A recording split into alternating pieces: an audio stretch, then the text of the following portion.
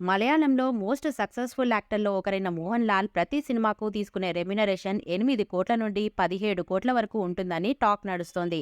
గతేడాది రజనీకాంత్ లీడ్ రోల్‌లో వచ్చిన 'జైలర్' సినిమాలో అతిథి పాత్రలో కనిపించారు మోహన్ లాల్. ఆ సినిమాలో నటించిన కొద్ది నిమిషాలకే ఆయన దాదాపు 8 కోట్ల రెమ్యునరేషన్ తీసుకున్నట్టు సమాచారం.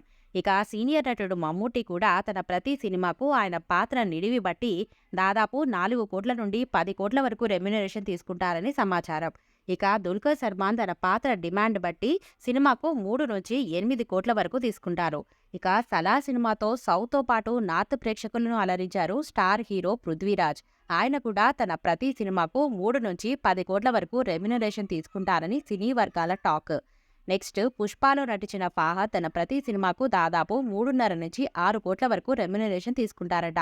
'మిన్నల్ మురళిలో' నటించిన టొవినో థామస్ కూడా తన ప్రతి సినిమాకు 1 కోటి నుంచి 4 కోట్ల వరకు